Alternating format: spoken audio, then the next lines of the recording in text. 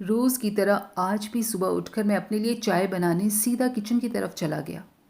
Fridge खोलकर दूध का भगोना निकाल ही रहा था कि नज़र सामने दीवार पर टंगे कैलेंडर पर पड़ी, जहां आज की तारीख लाल रंग के गोल घेरे में से मेरी तरफ झांक रही थी। और तभी याद आया कि आज तो तनु की पुण्यतिथि है। मैंने दूध का भगोना वापस फ्रिज में रखा और आकर बालकनी में बैठ गया, जहां सामने तनु के मनपसंद फर्न के पौधे हवा में हल्के हल्के ऐसे हिल रहे थे जैसे तनु उनको सहलाते हुए उनसे बातें कर रही हो। पल भर को तो लगा जैसे तनु अभी चाय की ट्रे और आज का ताज़ा अखबार लेकर आ ही रही होगी, लेकिन अगले ही पल सिर झटक कर खुद को झूठे भ्रम से बाहर निकाला और फोन से आंख हटाकर इधर उधर देखने लगा।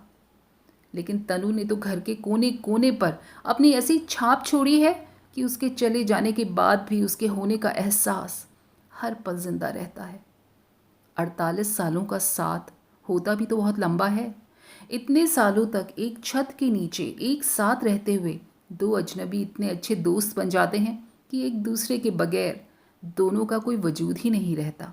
और जीवन साथी अगर तनुजा जैसी हो, तब तो पति सिर्फ एक चाबी भरा खिलौना बनकर ही रह जाता है, जिसका हर काम वक्त पर हो जाता है और हर फरमाइश बगैर कहे पूरी कर दी जाती है। वाकई तनु ने इन 48 सालों में मुझे पूरी तरह से अपना आश्रित ही बना दिया था। और अब उसके ना रहने पर जब सारे काम खुद करने पड़ते हैं, तब पता चलता है कि कई बार तनु क्यों बालकनी में बैठकर थकी सी आवाज़ में कहती थी, सुनो, आदत डाल लो अपने काम खुद करने की। मुझसे अब नहीं उठाए जाते हैं तुम्हारे नखरे। और मैं उसे छेड़ते हुए कहता था कि आदत तो तुम्ही ने बिगाड़ी है, अब झेलो। तब कहाँ मालूम था उसकी यह थकान बढ़ती उम्र की वजह से नहीं, बल्कि शरीर को घुन की तरह चाट रहे कैंसर की वजह से थी। लेकिन मेरी ज़िद्दी पत्नी यह मानने को या फिर मुझे बताने को तैयार ही नहीं थी कि वो बीमार है और उसे इलाज की ज़रूरत है। मैंने कितनी बार उससे कहा कि चलकर डॉक्टर को दिखा लेते हैं, लेकिन उसने हर बार मेरी बात को यह कहकर टाल दिया कि डॉक्टर तो ज़रूर कोई ना कोई बीमारी बता ही देगा और सैकड़ों जांचें और इलाज शुरू कर देगा।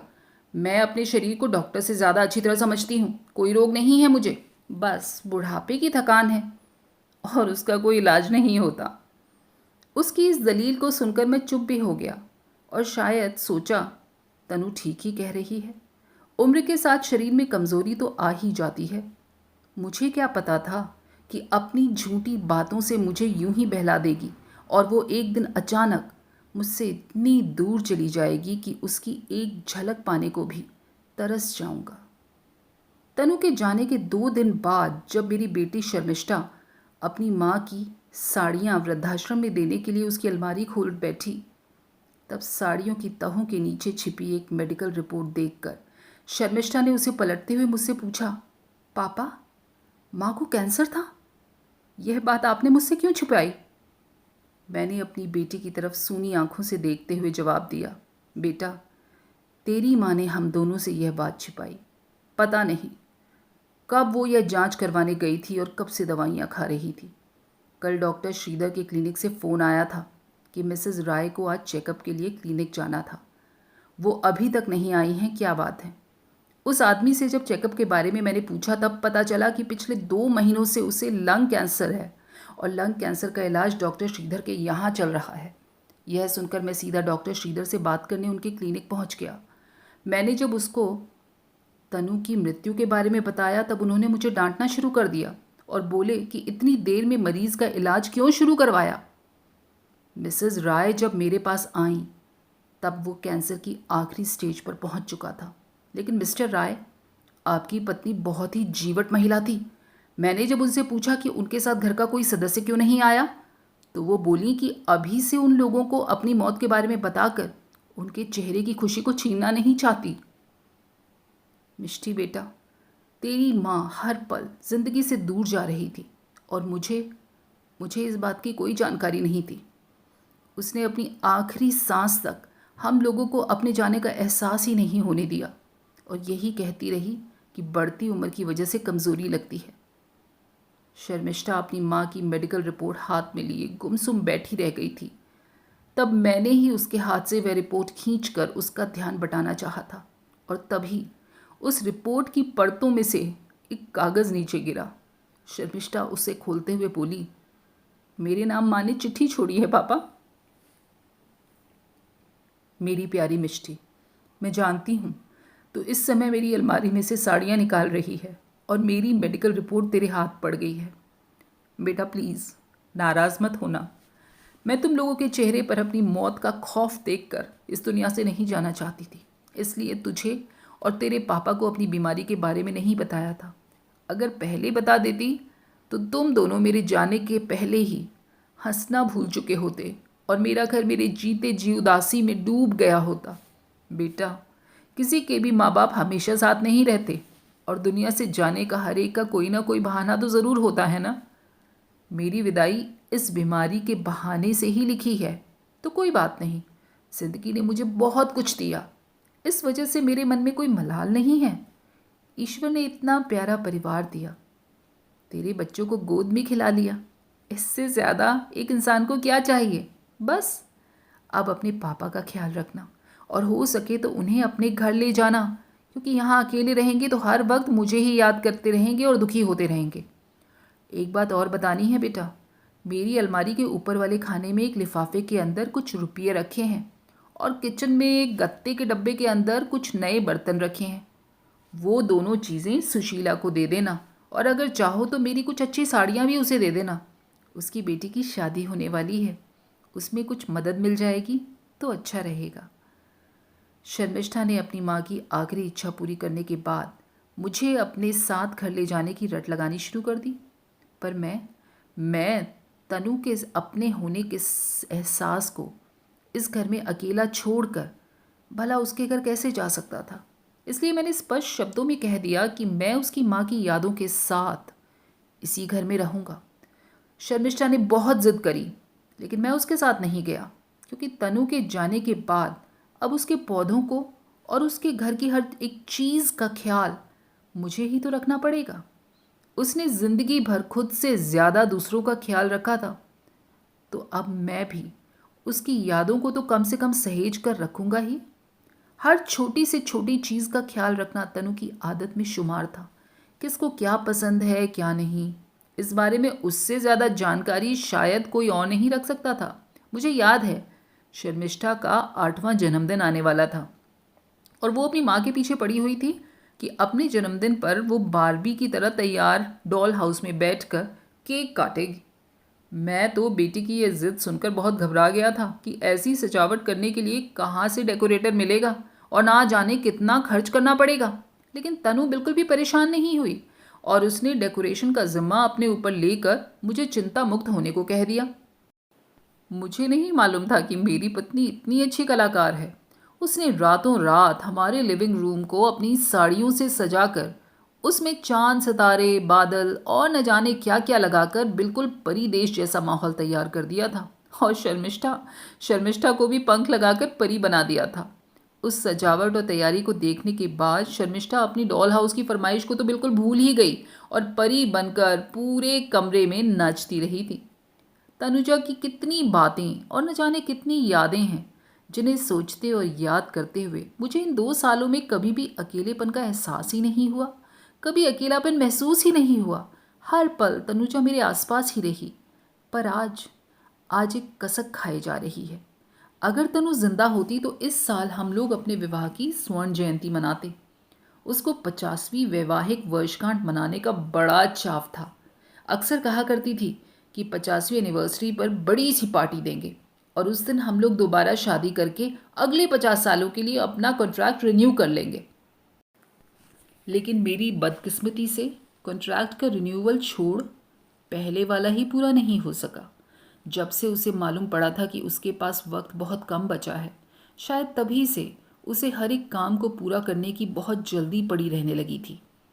हर समय अधूरे काम पूरा करने में ही उसका ध्यान रहता था। खास तौर से अपने ज़रूरतमंद प्रियजनों की सहायता के लिए उसकी भागा दौड़ी कुछ ज़्यादा ही बढ़ गई थी और शायद यही कारण था कि उसके मरने की खबर सुनकर परिचितों से ज़्यादा अपरिचित और वे गरीब अपनी माताजी के लिए आंसू बहा रहे थे, जिनके लिए तनुजा घर घर घूमकर चंदा इकट्ठा करके उन ज़रूरतमंदों की मदद किया करती थी। कोई बीमार हो तो डॉक्टर से पहले माताजी यानी तनुजा की सलाह ली जाती थी। माताजी अपने बच्चों को देखने झट से पहुंच जाती थी, उनका पूरा ख्याल रखती थी और ज़रूरत पड़ने पर मरीज को अस्पताल भी पहुंचाती थी। किसी के परिवार में झगड़ा हो तो माताजी उसे सुलझाने पहुंच जाती थी। पिछले कुछ सालों में तो उसने अपना पूरा समय इन्हीं ज़रूरतमंदों को समर्पित कर दिया था। मैं उसे कई बार छेड़ता था कि देवी जी, एक गरीब और ज़रूरतमंद आपके घर में भी है जिसे आपकी मदद की हर वक्त ज़रूरत पड़ती है। उस पर भी थोड़ी कृपा दृष्टि रखो भाई, दया दृष्टि रखिए। आमतौर पर मेरी बात वो हंसकर टाल देती थी, लेकिन अपनी मौत से कुछ दिन पहले मुझसे बोली कि गरीब की मदद करने से हमारी तकलीफ में ईश्वर बिना मांगे ही सहायता करता है, इसलिए ज़रूरतमंदों की सहायता ज़रूर करनी चाहिए। मुझे क्या पता था कि वो उस समय अपनी तकलीफ की बात कर रही थी। शायद उसे कहीं यह उम्मीद रही होगी कि गरीबों की दुआएं उसको मौत के मुंह से बाहर निकाल लाएंगी। लेकिन मेरी तनुजा को उसके ईश्वर ने कोई मदद नहीं पहुंचाई। जब उसकी तबीयत अचानक उस रात खराब हुई और हम लोग उसे लेकर अस्पताल जा रहे थे, तो गाड़ी में तनु का सिर अपनी गोद में रखे हुए मैं उसके पीले पड़ते चेहरे की तरफ देखकर मन ही मन ईश्वर से अपनी पत्नी को उम्र के चंद और साल देने की प्रार्थना कर रहा था। मगर फिर भी वो चली गई। अस्पताल पहुंचने से पहले ही उसने दम तोड़ दिया। कहाँ था उस समय तनुजा का ईश्वर, जब मेरी बेटी अपनी माँ को होश में लाने के लिए बार बार उसे आवाज़ें लगा रही थी? कोई प्रार्थना, कोई दुआ काम नहीं आई, कोई चमत्कार नहीं हुआ जिससे मेरी तनु की ज़िंदगी वापस लौट आती। हम तनुजा को अस्पताल लेकर इसलिए गए थे कि उसकी सांसें वापस आ जाएंगी, मगर वापस लौटा तो सिर्फ उसका निर्जीव और बर्फ़ जैसा ठंडा शरीर। तनु, तुम दुनिया से ज़रूर चली गई हो, पर मेरे जीते जी तुम इस घर में और मेरी यादों में पल भर के लिए भी नहीं जा सकोगी। तुम हमेशा मेरे साथ रहोगी।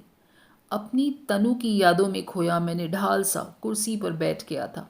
तभी देखा कि बालकनी की रेलिंग पर बैठी कुछ चिड़ियाएं चोंच मार मार कर शोर मचा रही हैं। तब ख्याल आया कि मैं यहाँ बैठा तनु को याद कर रहा हूँ और बाहर उसके चिड़िया और कबूतर दाने के लिए मेरी राह देख रहे होंगे। जल्दी से उठकर दाने का बर्तन लेकर नीचे लॉन में पहुंचा तो कबूतरों के झुंड ने घेर लिया और मैं उनको दाना डालने में लग गया। कुछ ही देर में सिर के ऊपर गाड़ी का हॉर्न बजने लगा तो आंख उठाकर देखा कि मेरा दामाद लॉन के सामने गाड़ी रोक कर खड़ा था। दाने का डिब्बा ज़मीन पर खाली करके उसके पास पहुंचा तो वह बोला, पापा आप अभी तक तैयार नहीं हुए? कपड़े बांटने के लिए वृद्धाश्रम जाना है ना?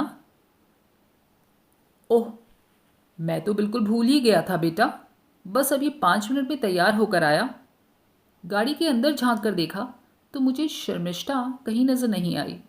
विशाल शायद मेरी बात समझ गया, इसलिए झट से बोला, मिष्टी बच्चों को लेकर मंदिर गई है पापा, माँ के नाम का हवन करवाने, वहीं से वृद्धाश्रम पहुंच जाएगी। वृद्धों को कपड़े बांटने के बाद मिष्टी ने कहा, पापा आज माँ के मुंह बोले बेटे कब्बन का जन्मदिन है, उसके घर चलकर उसको भी उपहार और कपड़े दे आते हैं, चलें? कब्बन के घर से लौटते लौटते शाम हो गई। कपड़े बदलकर तनु की तस्वीर के सामने बैठकर दिन भर की सारी गतिविधियों की रिपोर्ट उसे देने लगा तो लगा ही नहीं कि वो अब इस दुनिया में नहीं है, क्योंकि पहले भी सिर्फ सुनती ही थी, बोलती बहुत कम थी और अब बोलना बिल्कुल बंद हो गया है। फर्क सिर्फ इतना है कि पहले सामने वाली कुर्सी पर बैठी रहती थी और आज मेज पर तस्वीर की शक्ल में माला से ढकी बैठी है। दोस्तों, कैसी लगी आपको यह अभिव्यक्ति कमेंट करके बताइएगा। फिर मिलेंगे अगली बार कुछ दिल छू जाने वाली कहानियों के साथ। तब तक अपना और अपनों का खूब सारा ख्याल रखिएगा। नमस्कार।